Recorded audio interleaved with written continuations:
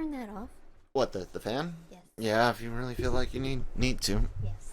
I'm freezing my ass off. You're I'm wearing a sweater and have a blanket. You're always cold, lady. Yes. So your default setting, and that, I mean, it makes sense being part lizard. I'm not part lizard. You are too part lizard. I am not. You are you are legitimately cold at like 72 degrees inside of a room. It's like 72 and you're like, I'm cold. That is the definition of like cold-blooded. If you're cold at room temperature, you're cold-blooded. What is cold? Well, no, cold-blooded sounds like I'm just like an awful person. Well, I mean, you No. are. No.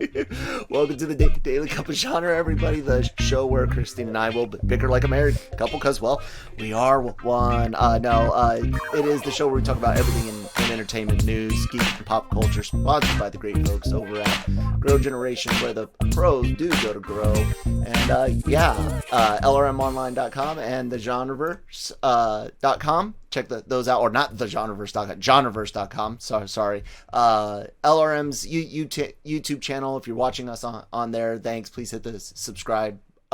Hit the subscribe button. And if you're listening on your favorite podcast app, thank you so much for that as well. Give us a good follow. Leave some comments, reviews on whatever things like Apple. Help us out. I'm Kyle Malone, and I'm done with the housekeeping. This is my wife, Christine. Hi. It's a lot to say. Yeah. Oh man, You did it though. Good job. Thanks. And we had a rough night last night. Our dog threw up. And I woke up to her, like, it sounded like she had like something caught in her throat, like a hair or something, so I didn't really worry too much. So I was like trying to wake up, to help her out because I was in a dead sleep, just to check on her. And then I was like, maybe it's something else. Kyle, check on the dog because she's on his side. And he said that she threw up, and it's like, oh great, work. And then you had issues falling asleep. Yeah. So before that even happened, it was extra rough for you, but yeah, it's just one of those things. Having a pet, it's like they're joys of pet.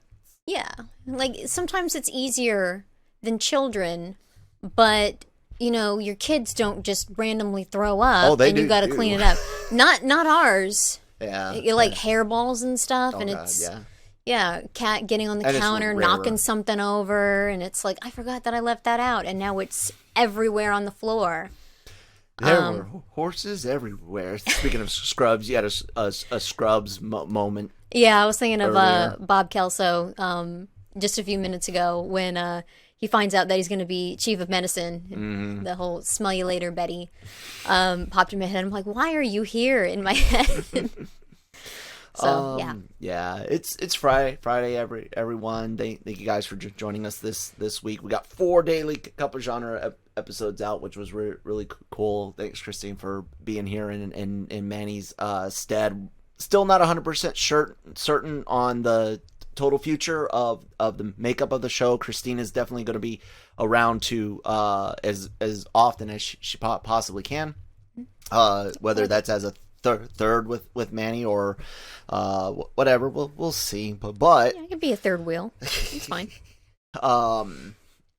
There's something that I don't really care too much about, and I'll go ahead and preempt it with guys. There's something about Indiana Jones out on the internet right now, and there's no way it's going to stay hidden. It is a pretty big plot leak via photos,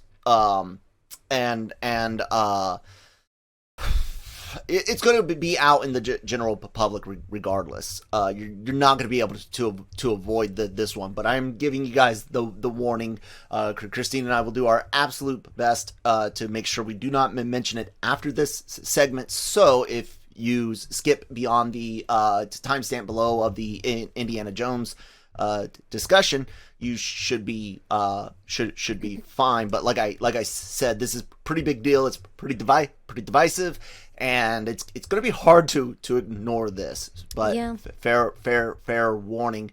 Before we go to the story, Christine, you are not like a huge Indiana Jones, like you're not in the fandom, you're not in the community, but you are True. a fan of the movies. Oh yeah, You watch them. I on watched your them. own. Even the third one, I would watch repeatedly.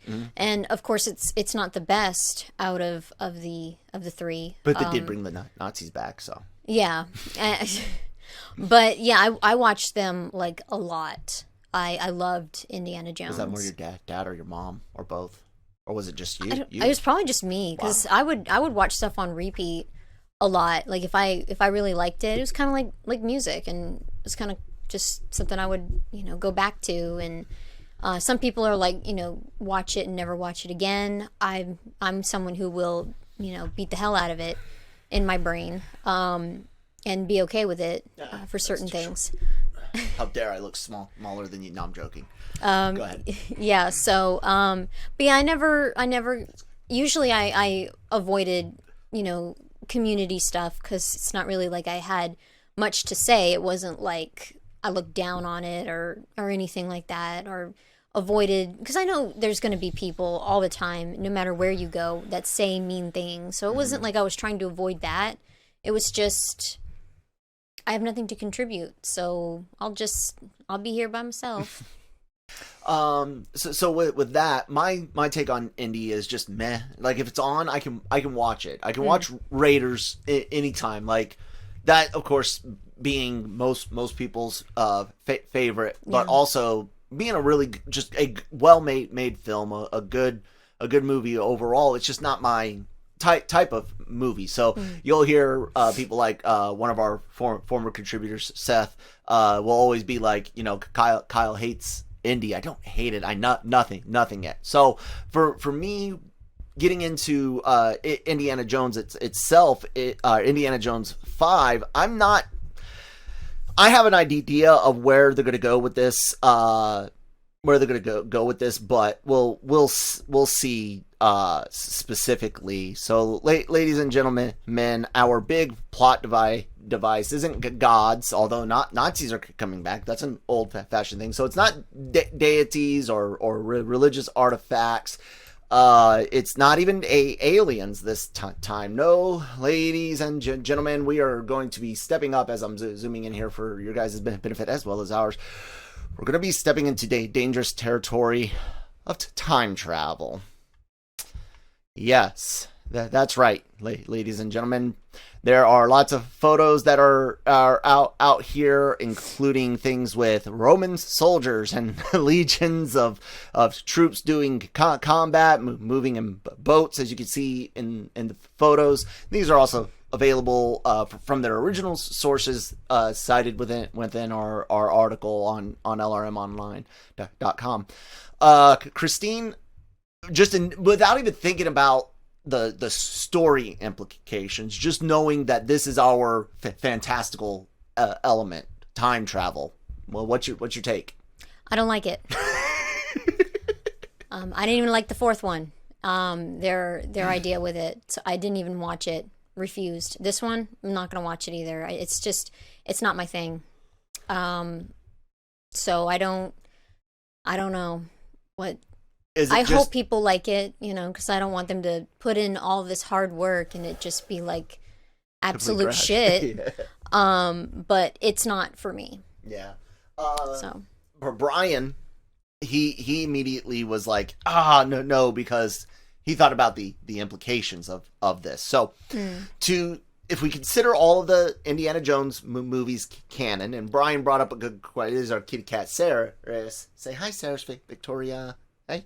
And Brian mentioned, that at one point the young Indiana Jones show was supposed to be canon, but he doesn't know if it is or now or not. But of course that the four movies are, right? Mm-hmm.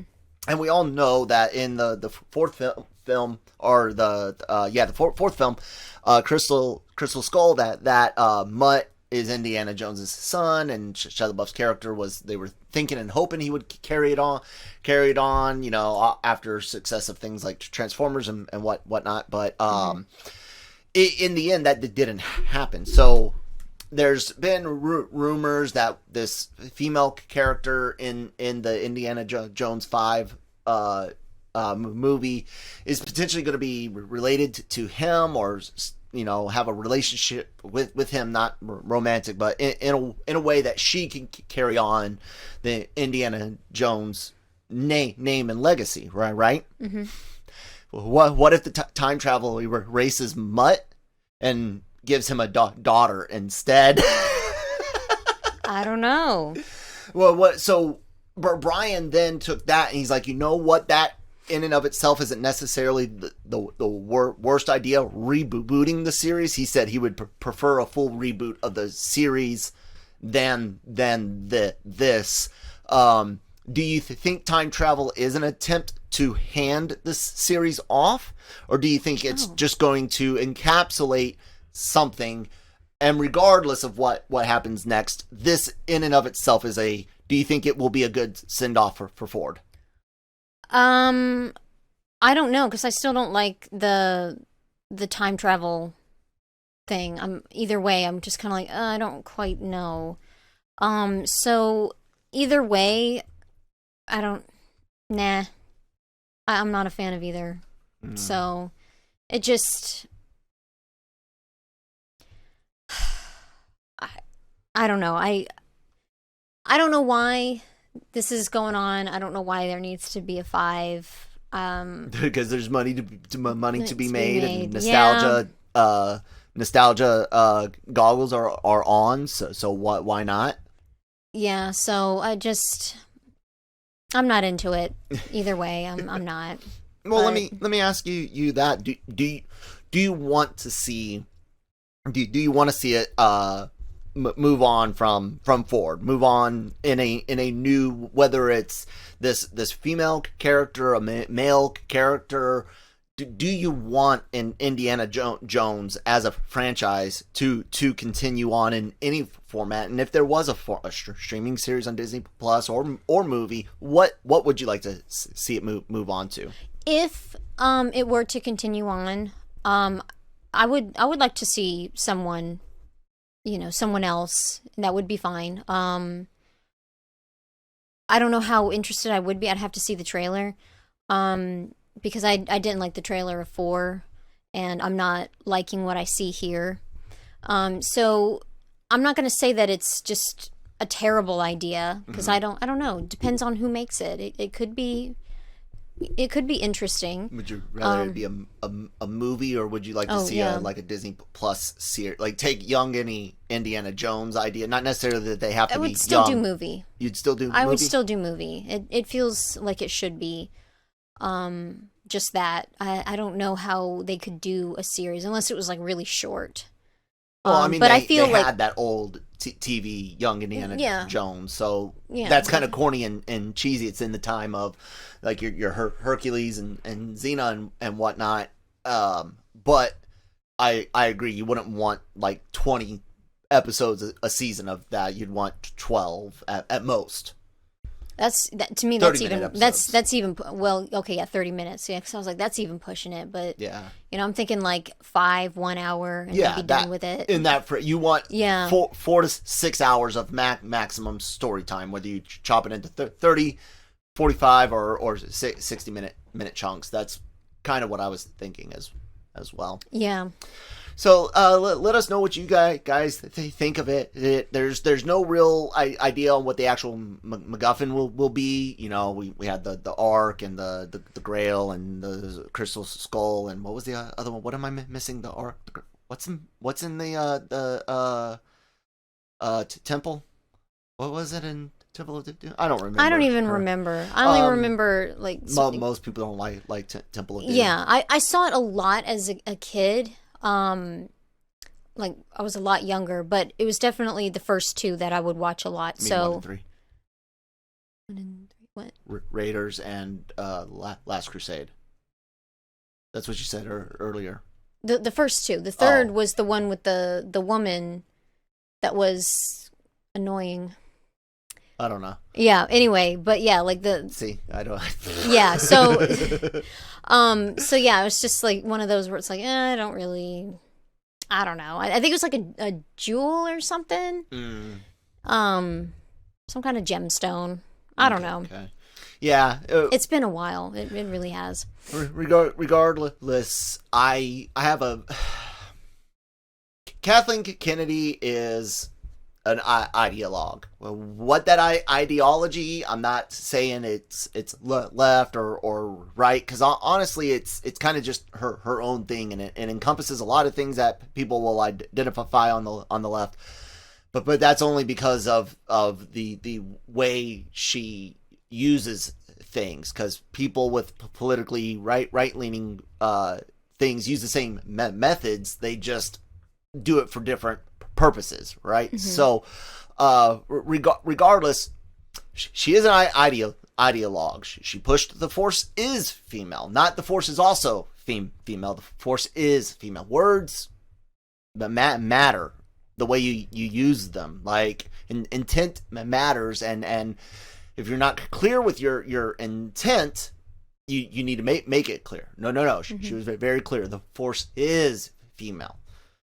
I hate to tell you this, it's also female, because there are plenty of females that love Star Wars, but it in and of itself it is not. So that's why I put out, and it's just my theory, and I have that theory about Leia in the Obi-Wan Kenobi show, that she'll use some grand Force ability and either pass out, forget about it, or have Obi-Wan or someone, block the memory, block it in her mind. Because I think she cannot stand Luke Skywalker having that big moment in Mandalorian. She can't stand Ford getting a big moment, and no one can stand that Fisher didn't get her big moment in Rise of Skywalker, which was originally planned. Han's movie, Luke's movie, her movie. Mm-hmm. However, given her other dealings in other projects, especially within Star Wars, Lucasfilm, you can clearly see that the Force is female. Indiana Jones' adventures are female. Fuck, if she could do more stuff at Marvel, it would be fucking Iron Man is female. I'm not kidding. I really get that impression from her. And if that's not the way do you get that as a female? Do you? I won't try to word put words in my mouth. Exactly. Yeah. Do you feel that she has an agenda to put females? Yeah, some hostility, a little bit of hostility.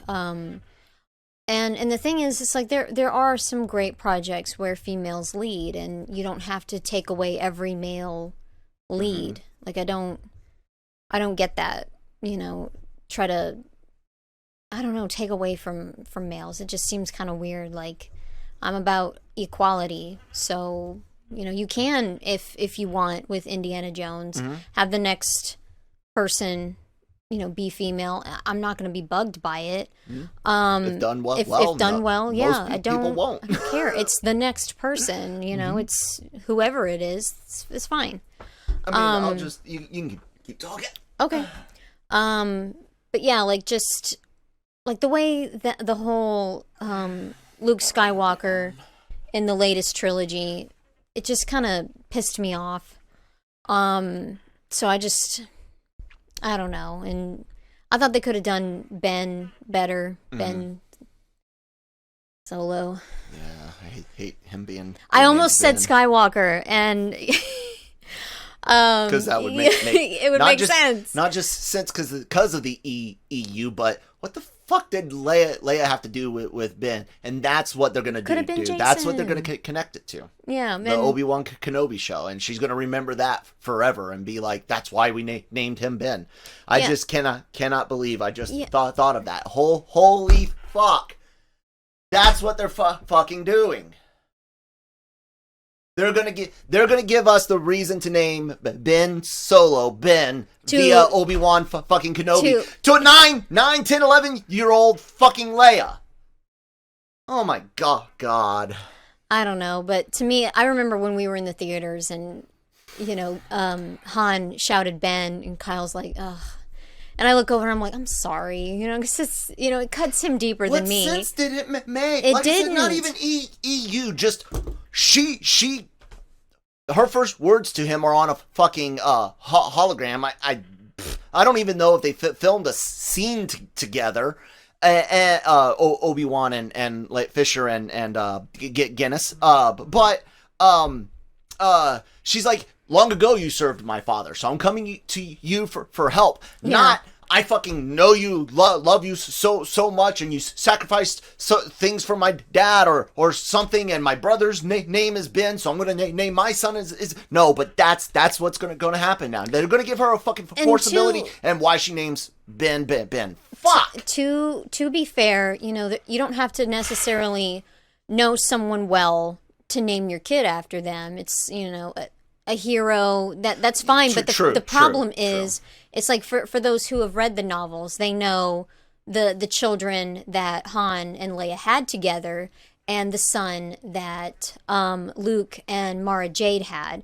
So it's just kind of weird, you know. It's just like don't even do have that. to use Jason. They could have used any name in the world that could have been connected to Leia or Han. Yeah. Fucking call him Bail Solo. Kylo Ren's real name is Bail Solo from Bail Organa, her you know, Alderanian adoptive dad. Mm-hmm. And Han's last name, you know? Yeah. Ta-da! Look! Fucking Star Wars, Lucasfilm, fucking Terrio and Kennedy and Abrams and everyone involved. That makes fucking in canon fucking sense. Mm. Yeah, so. And on your point about females and how fucking ignorant Kennedy's ideology can make her, this is Jaina's Solo, okay? In the EU, she was taking over as the lead of the series. She had been a major player for many years before the EU came to an end. She was about to get her own full-fledged trilogy, the Sword of the Jedi, and all of that came to a screeching halt because apparently the Force wasn't female. Yet it was. Christine mentioned Mara Jade, Leia, and Jaina, amongst a dozen other heroes I could start naming, and the villains, Yasan Iserd and fucking Admiral Dala, Tahiri Vila. I mean, Star Wars was already a very, very diverse and well-loved place, despite what some and a very, very small group of trolls will try to say, do, or defend by looking at the OT only, or sometimes OT and PT only. But regardless, she didn't pay any fucking attention. They said screw the EU, who they canceled all of it, only to later on start harvesting more from it. So yeah, it's bullshit to see them harvest certain things and then just ignore both canon, EU and film, Disney new canon, however you want to word it, and just start trying to patch shit together. So yeah, that's what's gonna happen. Yeah, and to me it's like I like how they have, like with the Mandalorian, you know, not everything is just full of, you know, Force users and shit. I'd like to see something with, what is her name? I didn't actually read the book, but you, like, made some recommendations.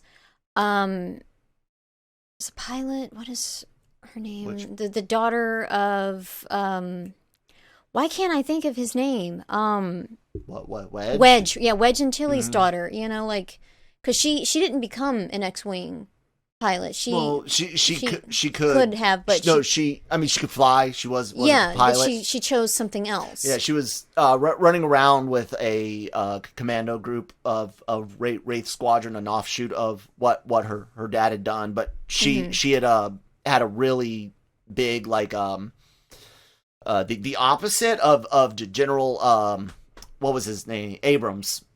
over at Fort Stewart. The I'm not my daddy. I'm my own man. Look at God, me that make guy's a awful. look at me make a blackout fob in Afghanistan, a fucking salute zone and PT belt zone.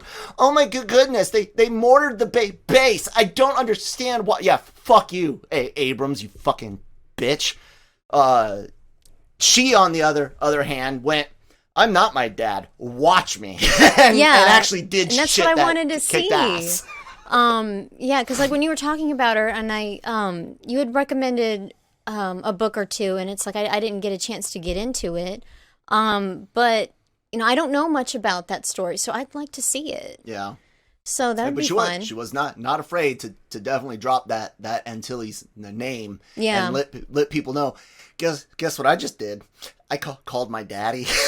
She straight up says something very, very similar to that. Yeah. And here comes some X-Wings with wedge and toe. Like, dude, you fucked up. Yeah. So it would be nice to not just only focus on force users and stuff as well. I mean, I know they had the Solo movie, but I just didn't like it. It's trash. So could have been a cool, fun little Western sci-fi flick if they hadn't taken Han Solo and just cheese grated everything about the character into fucking nothing. Mm-hmm. So anyway. There's other things that are in this world, this galaxy far, far away that you can explore, and I'd like to see that. So I'm fingers crossed. Maybe we'll get something like that. Because I don't want to keep seeing the same main players. Mm-hmm. It's just like I'm tired of this. I agree. So I agree.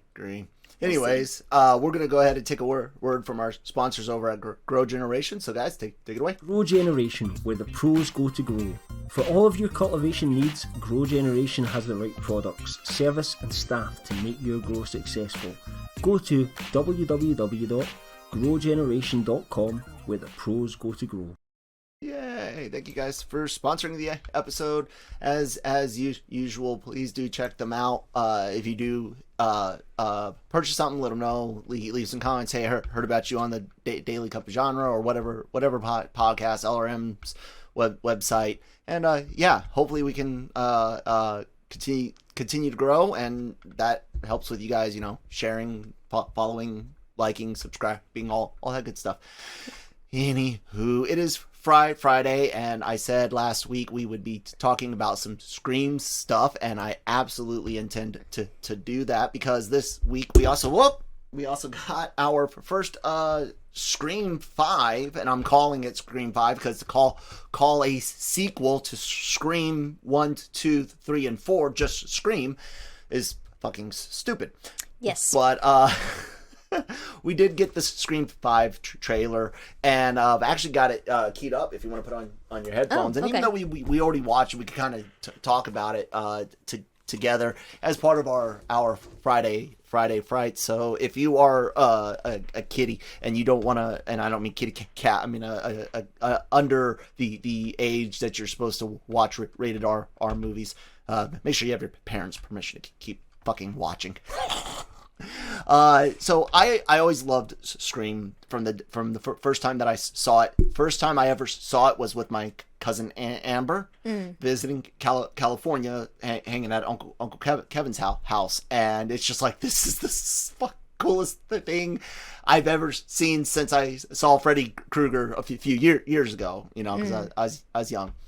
But I've always really appreciated it, and yeah, man, this is something that I think has a lot of potential, but it feels very out of place, because here you're looking at a lot of new technology things, and you can see how they're trying to weave in modern tech with the classic.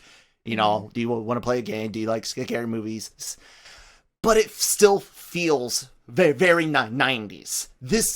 It does. It feels kind of odd, like they're making something wrong that they shouldn't, I'm interested in that aspect. What do you kind of think of them blending that classic opening with the modern tech? I thought it was fun, except for the landline part. I was like, why do you have a landline?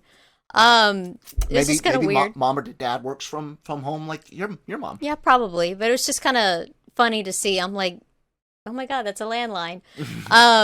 But yeah, like, yeah, just like the intro scene, it kind of had that feeling. And, you know, when you're afraid, you don't make the wisest choices. So yeah, her running up to the door and just immediately opening it, like, yeah, it was a dumb move, but accurate. You know, Yeah. people do dumb stuff, and you see that all the time in horror movies. So I'm interested in seeing it. It looks really cool. Like that right there is such a 90s horror, a Gen X era horror movies, you know, not necessarily Gen X actors and actresses where you saw Courtney Cox, but Campbell and Arquette and stuff are in that range, and X and older millennials. This was, you know, this was our classic, our Freddy or our Michael, and have that type of girl power moment in this without it feeling like a 2021 again made it feel kind of odd. David Arquette being in there, you know, hey, it's happening again. Nev Campbell, you know, I'm Sidney Prescott, of course. I've got a gun. All of that screams, haha. That Hilarious. That the team behind this cares about the franchise. How it's gonna actually land, I don't know. What do you think? How do you think this will be better than, like, you know, the last couple? I didn't watch the last couple. I'm not gonna lie. Well, we got some watching to do then. Yeah, I don't know why, because there's other horror movies as well. I mean, I've seen the first one. I think I've seen the second one. I'm trying to place it, but yeah, I haven't watched all four. But so for me, you know, I like it. It looks interesting. Looking forward to it. Yeah. I know one of the things that Brian had brought up, and I kind of didn't even think about it that way. Unlike the characters that I mentioned before about Michael and Freddy and them. The Ghostface killer, part of each movie is who is the killer, because the mask is just, you know, that thing that ties them all together, and there's different relationships to people connected through the films as the series goes on. And what you said about the whole, like, realistic aspect of someone's reactions to it, that was kind of the whole point of the original Scream. You know, the rules to surviving a horror movie, and this is why people die, and trying to recreate it, and it's something explored later on in our beloved Behind the Mask, the rise of Leslie Vernon. I cannot get over how great that original film is.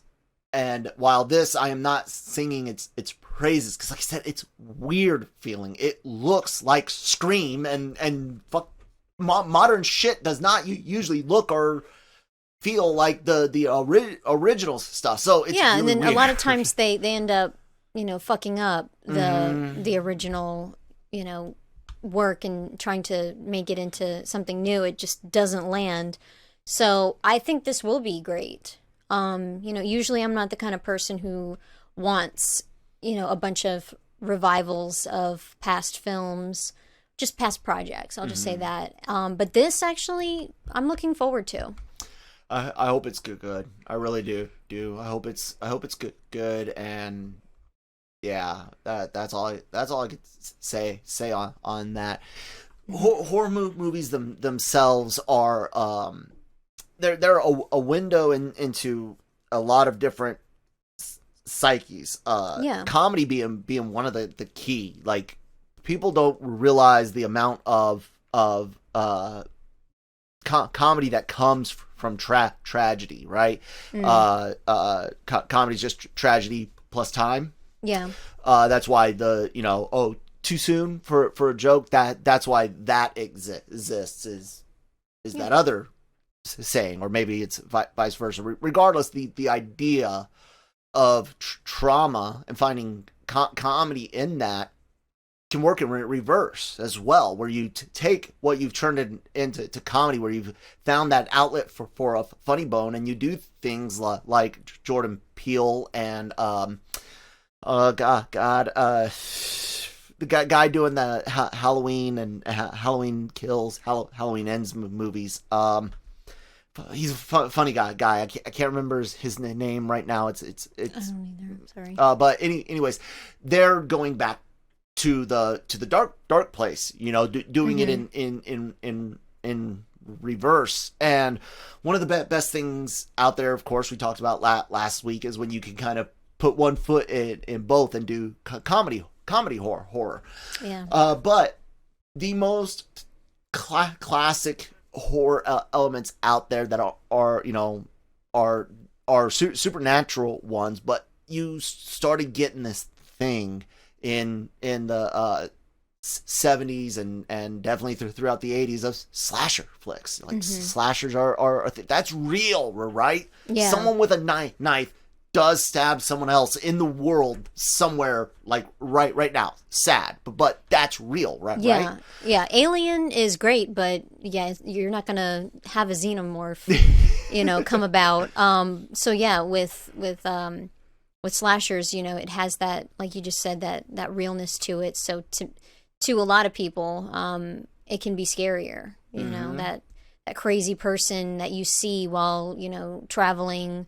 Or you rent a cabin to stay the night, and it turns out horribly for you. So it's like, yeah, it can be uneasy, especially if you're in a place that's isolated and you can't run to get help, or you're just not fast enough. And because like this is happening in a neighborhood, but even then, it's like, people can't help you in time because it's going to be too late. So there is that fear while you're watching it, where it's like, shit, that could happen to anyone.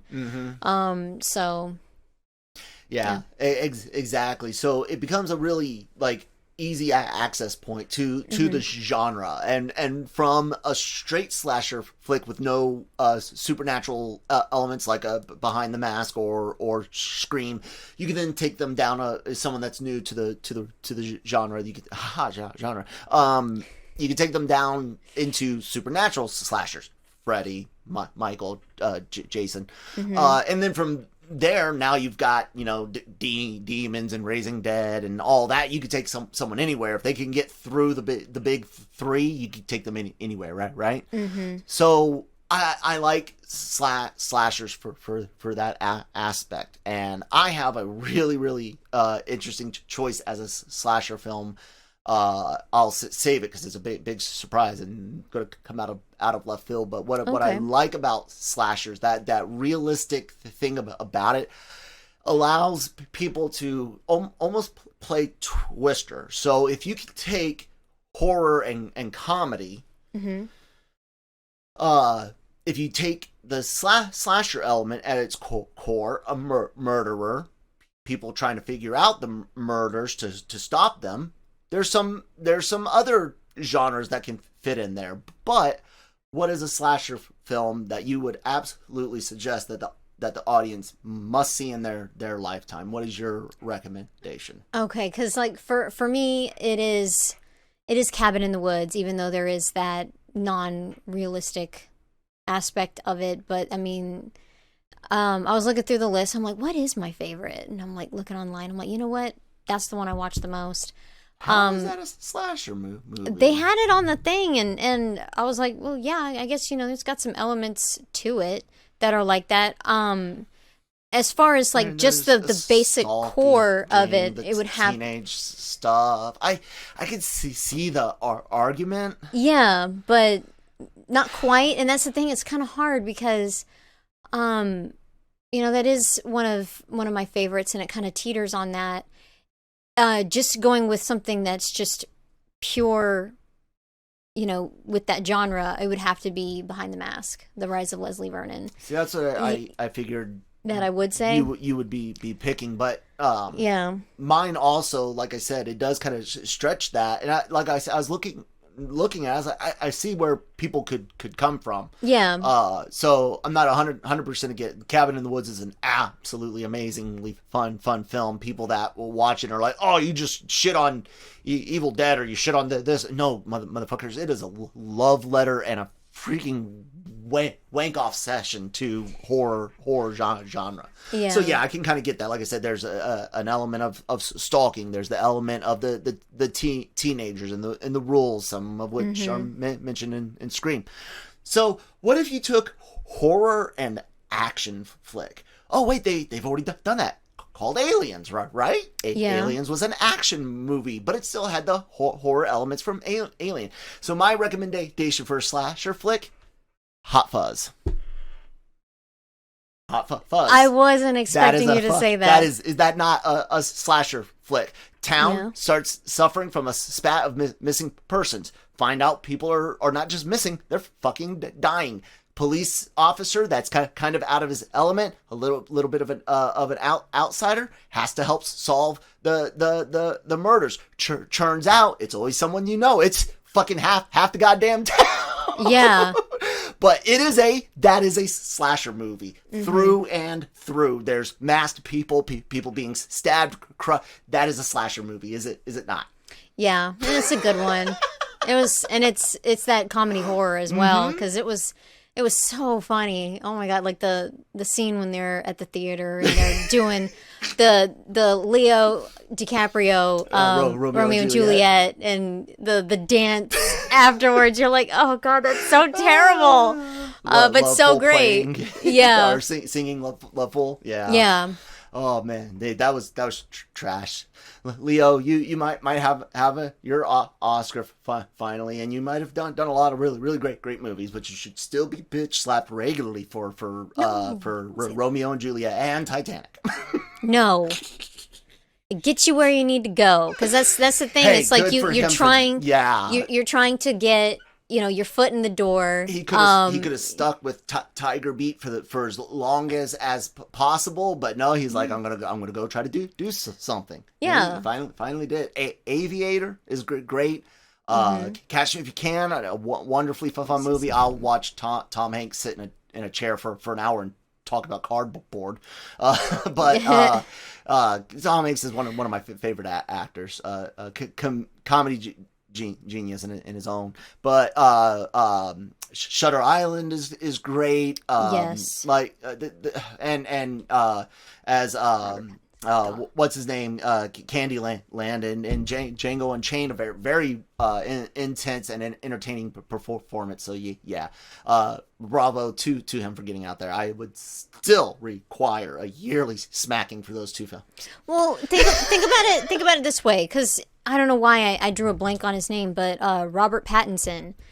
After the Twilight films, even during interviews, like after one would be made, he's subtly shitting on it. Yeah, he's like, dude, I'm getting paid, okay? Yeah, it's that thing where you're trying to get in, you're picking up projects, and sure, there's a lot of actors who have done like cringy commercials. Oh yeah. And you're just trying to get the going right now. Yeah.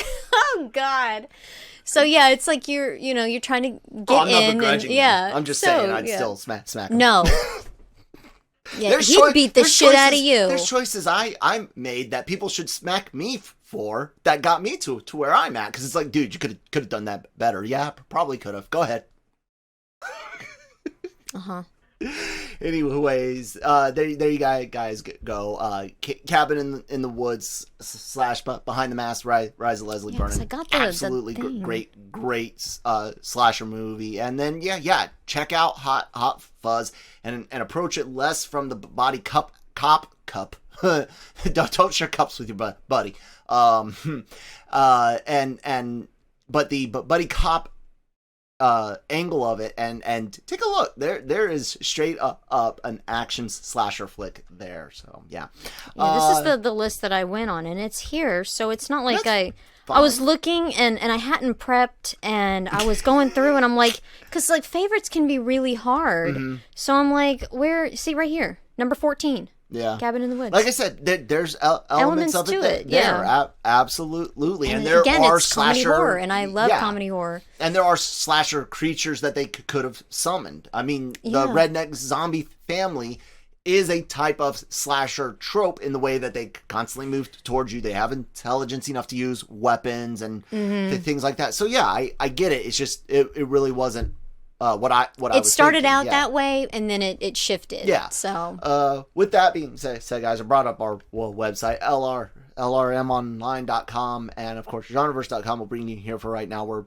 working on our landing pages, working on new distro. I'm not putting out dates, just letting you guys know that we are indeed working on them. So check out the websites, bookmark them all that good stuff. Check out our YouTube channel, lots of great celebrity interviews. A lot of things from the website come from our YouTube channel and the interviews. And please hit the subscribe button, hit the notification bell, so that way you know whenever we're putting stuff up.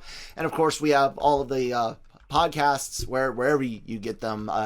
Daily Cup of Genre, Breaking Geek Radio, The Cantina, Marvel Multiverse Mayhem, and of course Anime-Versal Reviews. And there's other things that pop up as well. Most of those are in video formats right here on the YouTube channels. So yeah, please do all of that. Social media information for us down below. Christine, anything else you want to say? I wanted to say something. Can you pull up the website again? Sure. Hold on. There we go. Yeah, go up where it had Indiana Jones. I loved Cam's photo right there, like where it's kind of like, where it's like spoilers, like I don't know what do I want to go in there? Yeah. do I dare to taste the spoilers? Yeah, that was like my first thought when I saw it. I'm like, damn, that's a good picture picked out. Awesome, I loved it. I just wanted to say that. So yeah. There you guys go. Those spoilers for those of you guys that missed them. It's in Indiana Jones is Mephisto. Thank you guys so much for watching. We'll talk to you guys later. Bye. Oh wait, I gotta put the video up.